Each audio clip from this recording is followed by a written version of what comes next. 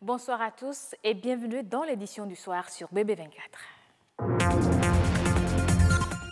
Venir en aide aux personnes en détresse ou victimes d'accidents de la route, c'est l'objectif de e-Secours, une application créée par un jeune béninois à découvrir dans ce journal.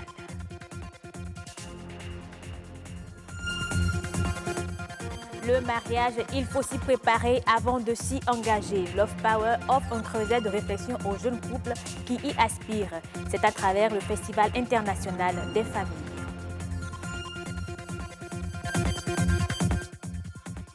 Et puis, des hommes et des femmes en Sierra Leone se mobilisent pour rendre leur pays propre. C'est à travers le Cleaning Day initié par le président Julius Maada Bio, une première en Sierra Leone.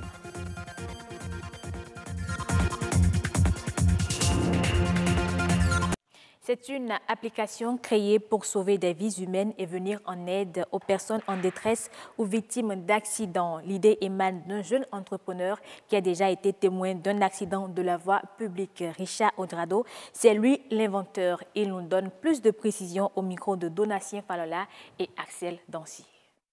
J'étais avec un ami. Nous avons assisté à une scène qui m'a vraiment marqué. C'est un jeune Ivoirien, étant sur sa moto, il s'est fait renverser par un conducteur qui a, à la fin, pris la fuite. C'est-à-dire qu'il n'a pas assumé ses responsabilités. Et nous, étant des témoins de la scène, nous avons été choqués de voir qu'il n'y avait personne, il n'y avait aucun moyen de pouvoir contacter les proches de ce garçon, Adam. Et j'ai été choqué encore une fois de plus de voir que juste parce que les médecins n'avaient pas connaissance du groupe sanguin de ce jeune garçon Adam, d'accord, le temps de lui faire le groupage, le test de groupage sanguin, il a rendu l'âme et il a perdu sa vie. Nous ne pouvons pas être à l'aide du numérique et accepter ce genre de perte de vie assez banale. Non. C'est de là, après ce choc, que j'ai commencé à réfléchir comment pouvoir donner l'accès aux médecins et aux premiers témoins qui arrivent sur les scènes d'accident de pouvoir secourir ces victimes. e-Secours, c'est une plateforme qui vous permet de vous enregistrer, c'est-à-dire vous renseigner vos informations sanitaires de base, telles que le groupe sanguin, d'accord, et 2 personnes proches à contacter en cas d'urgence, et ensuite vos allergies, parce que c'est les premières informations nécessaires pour le premier soin. C'est ce à quoi e-Secours sert. Ça vous permet de gagner en temps et pour pouvoir vous sauver la vie. C'est sur www.isecours.com. C'est la web application, c'est un site internet pour le moment.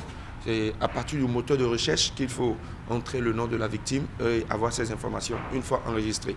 Donc nous sommes en train de finaliser le développement d'une application mobile qui sera téléchargeable sur Play Store, voyez, et pour tous ceux qui utilisent aussi iPhone. Le plus beau cadeau qu'on puisse avoir dans cette vie, c'est la vie. Pour préserver nos vies, il faut s'inscrire simplement sur e-Secours. Inscrivez-vous massivement sur e-Secours et surtout n'oubliez pas de faire inscrire vos proches, vos familles. Le mariage, un moment précieux et exceptionnel. Pour le vivre, il faut s'y préparer, s'informer, s'éduquer et s'engager pour fonder une famille unie et épanouie. L'ONG Love Power de Sira et Siro Seke se bat pour cet idéal. Le couple a organisé vendredi dernier un salon du mariage dénommé Festival international des familles. Petroni Lokosu et Patrick Adiabojou y étaient. Voici le compte rendu. Le mariage, ce jour, va s'accomplir dans la vie de tous ceux qui le désirent avec conviction. C'est le vœu le plus cher de Love Power.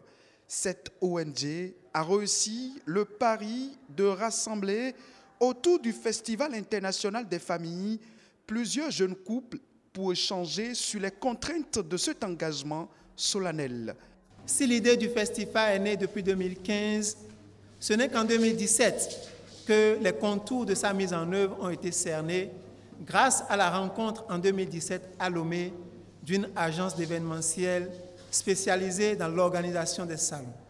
L'initiative de ce salon vise à encourager les jeunes à s'engager dans le mariage et à combattre les faits qui fragilisent l'amour dans les familles. Nous avons organisé des mariages où les couples ne sont plus ensemble aujourd'hui, de jeunes couples, mais parce qu'ils n'ont peut-être pas fait les préliminaires. Ce qui doit être fait à la base n'a pas été fait. Parfois, vous voyez des gens qui font le mariage dans la contrainte, sous la pression des parents. Et je crois que ces occasions doivent nous aider à bannir ces genres de choses. À l'invitation du couple Sira et Siro Seke, plusieurs familles ont honoré de leur présence au Festival international des familles. C'est une très bonne initiative parce qu'il le faut de temps en temps. Ça n'arrive pas souvent à Cotonou, salon de mariage, très noble d'ailleurs. Si nous sommes aujourd'hui ici en train de parler du mariage, de la famille, c'est vraiment Siro Sira. Moi, je leur fais un grand bravo. Et longue vie au salon du mariage à Cotonou. Les impressions sont très bonnes parce que le besoin existe d'en connaître sur la famille, surtout les services d'écoute et les services d'accompagnement des jeunes qui veulent s'engager dans le mariage. Nous n'en avons pas beaucoup au Bénin. Je me dis que c'est une belle initiative que de voir un couple uni et motivé pour revaloriser la famille, pour redonner aux couples chrétiens leur juste valeur et cela dans toute la dimension du mariage, dans tout son sens. Le mariage, un moment précieux et unique. Pour vivre ce bonheur, il faut s'y préparer et s'engager dans un amour sincère et de vérité.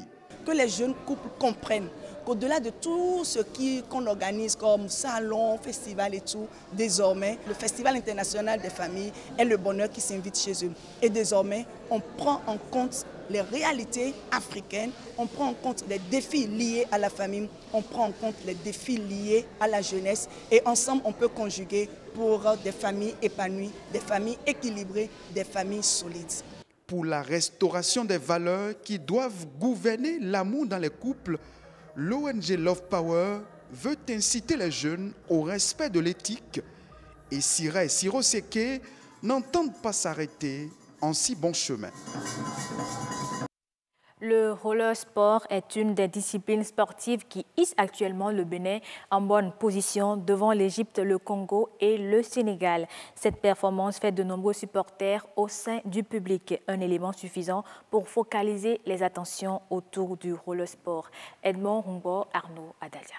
Le roller sport, plus qu'un sport, est un jeu. Malgré le cadre inapproprié, les Béninois stupéfaits se délectent face à des patineurs déchaînés, prêts à conserver au Bénin la tête du hit du roller africain. Le roller, c'est le sport qui se pratique sur les patins à roulettes.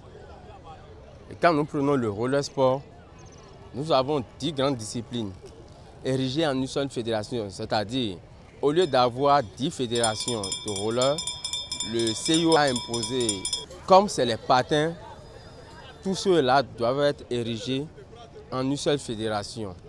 Et au sein de la fédération internationale, ils ont des comités techniques qui s'occupent de chaque discipline.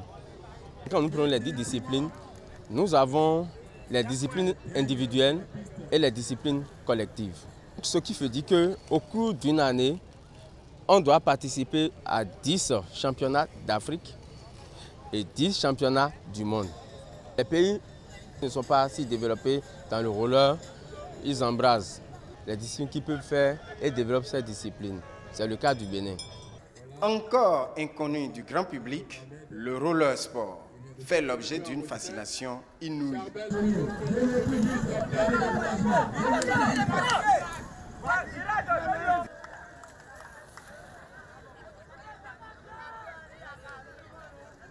Le roller sport, c'est une course contre chrono en plusieurs catégories, notamment espoir, junior et senior.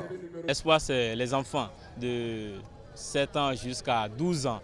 Donc, pour éviter que les enfants ne trouvent pas de partenaire pour compétir, parce qu'ils peuvent être 2 dans leur catégorie. Donc on a voulu jumeler pour que tout le monde puisse participer. C'est pour cela qu'on a la catégorie Espoir qui regroupe les enfants de 7 ans jusqu'à 12 ans. Ensuite, nous avons la catégorie Défi qui n'est que les enfants qui ont déjà plus de 12 ans, donc à partir de 13 ans jusqu'à l'âge senior. Ici, L'élite du roller sport africain détenue par les jeunes béninois est fortement représentée. Elle n'entend pas se séparer de son bien. Challenge Cotonou Skating Open, c'est un vaste programme de compétition que la Fédération béninoise a initié pour permettre à nos athlètes d'être en jambes et de leur permettre aussi d'améliorer leur performance pour aller conserver leur titre de champion d'Afrique lors du prochain championnat d'Afrique qui doit se dérouler en Égypte. Nous sommes déjà à notre 7e édition, donc ça s'organise régulièrement. Chaque quinzaine, la population est au stade pour voir ce qu'on appelle le roller, apprécier la compétitivité des athlètes. Pour mémoire, c'est depuis le 10 décembre 2017 que le Bénin détient le titre africain dans le roller avec 14 médailles contre 4 à l'Égypte.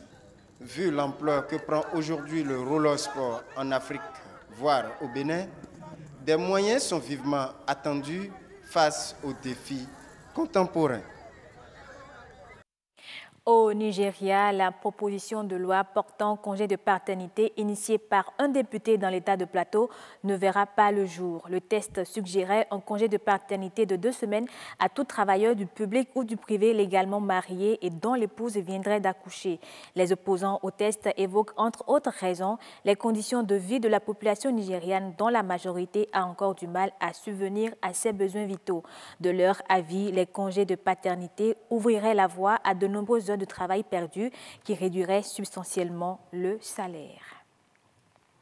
La Tunisie fait face à une inflation galopante. C'est ce que laissent entrevoir les chiffres du mois d'avril publiés par l'Institut tunisien de la statistique. On apprend notamment que l'inflation a progressé de masse à avril. Elle est passée de 7,6 à 7,7%, un record pour le pays. L'agence Reuters ajoute que la persistance de l'inflation pourrait de nouveau pousser la Banque centrale tunisienne à revoir à la hausse ses taux d'intérêt ce mois-ci, les faisant passer à 6%. Le premier Clean Day a eu lieu en Sierra Leone le week-end dernier, un jour de nettoyage national décrété par le nouveau président Julius Maada Bio. Des centaines d'hommes et de femmes dans l'eau jusqu'à la taille collectent des tonnes d'ordures dans les rues et les bidonvilles de la capitale Freetown. Reportage. Ils se sont réveillés ce samedi à Freetown, eau, pelle et râteau à la main.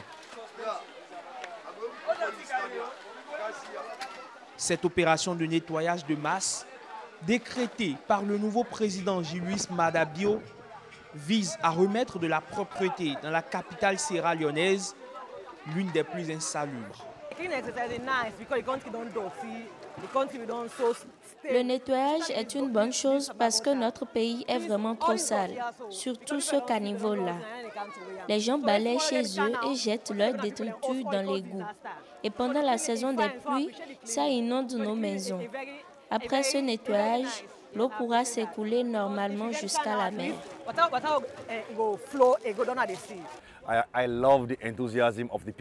J'aime l'enthousiasme des gens. Ils veulent vraiment que leur environnement devienne propre. J'aime également le fait que tout le monde participe. Ce n'est pas une question de parti politique. Tout le monde met la main à la pâte.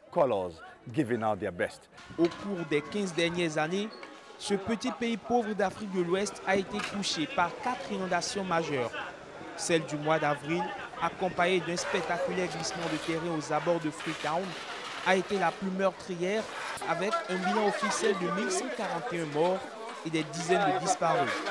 9 mois plus tard, des tonnes d'ordures et de déchets plastiques jonchent toujours la ville, où des milliers de personnes vivent dans des baraques de tôle et de bois, non loin de l'océan Atlantique.